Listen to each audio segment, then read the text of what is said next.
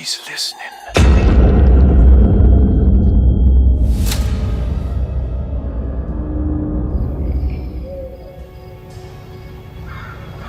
Last night I dreamt that my uncle hung himself in the attic, that we were too late. The house looked different, but it was still called Dorsetto. Definitely a weird place. Feels like I've been here before. I just can't think why. Let's not waste any time, Detective. Yeah, you're right. Let's go get your uncle, Miss Hartwood.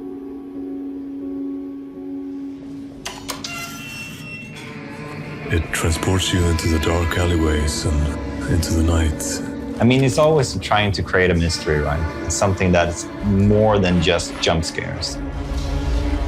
A bit of fighting, demanding puzzles, and a lot of atmosphere. It maintained some of that weirdness of the old games, but it had like an updated slickness to it that I liked as well. You haven't seen a little girl by any chance, have you? I don't think so. You would have known if you did.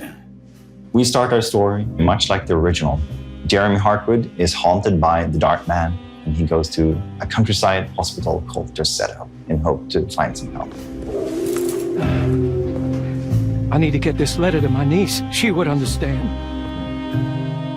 Jeremy sends a disturbing letter to Emily Hartwood, his niece, and it spooks her enough that she hires Detective Edward Carnby to find out what's going on.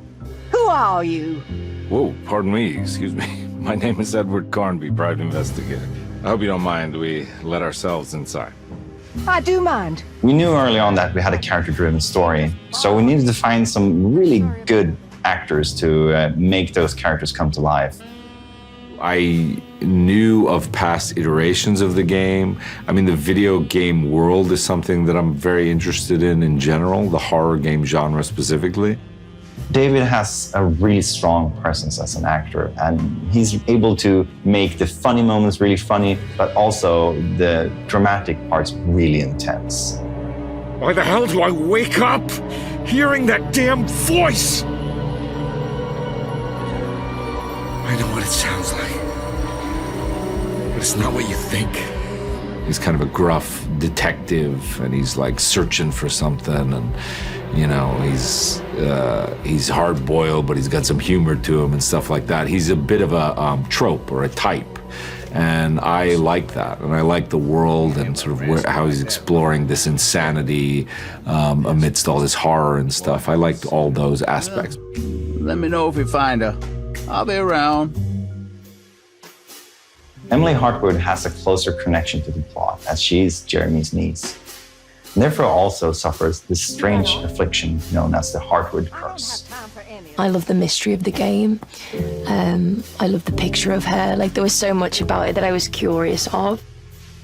There's a lot of fear within her and a lot of speculation and curiosity and I guess dread, intrigue. Like, there's a lot about her that is kind of on edge. 10 years now. More even since he died. He died a hero. Jodie's a fantastic actress, and she brings a lot of nuance to Emily as a character, and it really makes us sympathize with her. Who's in here? Show yourself. Yes, there is the kind of scary element, but then she still has to go on a journey and discover different things, and there should still be room to breathe and have a funny moment or a sarcastic moment or a moment of discovery. So it's just trying to really kind of keep all those other beats alive amongst the kind of darkness of it all, I guess, is how I felt anyway. So we're bringing back both Emily and Edward as the playable characters, and depending on who you play, you will get a different take on the same story. The people at Dorsetto will react differently to you depending on who you play. Even the story will be slightly different. What are you doing sneaking around? So you should definitely make sure to play the game twice. What are you doing in my kitchen? Get out! The way that we reimagined the game was basically looking at the original and It feels like we've been cultivating a seed that was planted 30 years ago, and it has now grown into something even more dark, even more sinister. I remember that with the first Alone in the Dark I made in 1992, we were basically doing something that nobody had done before. It was the first time that we could explore a big mansion, fight monsters, and solve difficult puzzles all in real-time 3D. At the core is a haunted mansion. That's the most important part. It's Derceto, I would say. Feeling that you're trapped inside a kind of small space. Yeah. I used to say back in the old days that it was another character. Yeah, for sure. With all the remakes going on today, you are never sure what you get at the end. I think that Michael and the team at Pieces did a great job preserving the core feeling of the game. They even went further than everything I could expect 30 years ago. It's really an honor to sort of be a part of the franchise in that sense, because it is such a, again, it can't be overstated. It's so special. It was such a new experience. As a fan of the original, I wanted to bring as much as I could into our version. And they might have slightly different meaning and different reasons to be there, but if you know the old games, you will find a ton of references. Do I know you from somewhere? I remember you, Mr. Conby. I feel the franchise is in good hands now, and I can't wait to play the full game.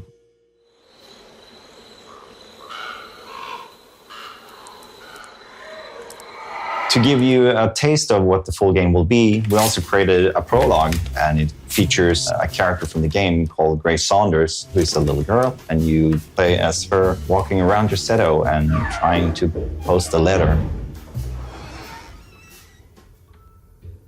The prologue is the first glimpse into the atmosphere and the mood, and of course the story of the full game. So if you want to have a look, go and download it right now. They're so creepy.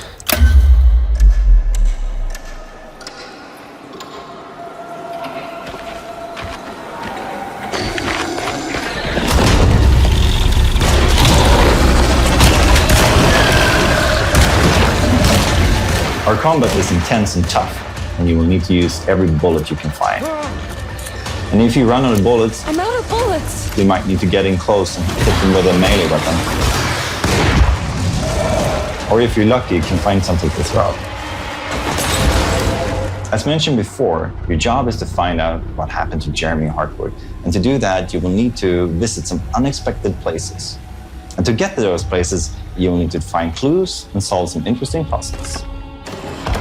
Depending how much you feel like a detective yourself, you can choose how much you want the game to help you find clues and where to go next. So the biggest creative focus for me has for a long time been to reach something beyond the mundane, something spiritual.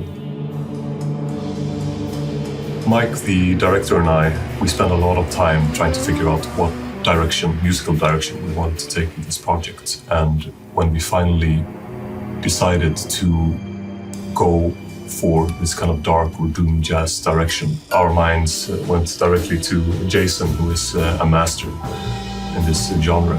It's a very visual genre of music. The fact that it's inspired from noir films or noir detectives is already a good explanation of why this music fits very well for Alone in the Dark. There's a huge mountain and volcano of reverb with drums and screaming saxophones.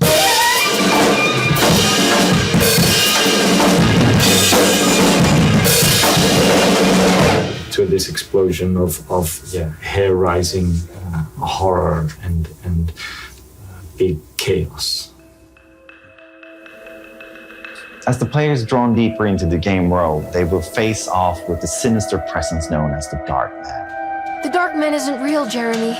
There is nothing he can do to hurt you. How do you think any of this is happening? How do you still not trust my words? Fine. Then let me help. Don't be foolish. He will bury you next to me in his sunken temple for an eternity. Real or not, something is definitely corrupting the mind of Jeremy Hartwood. Something very, very dangerous.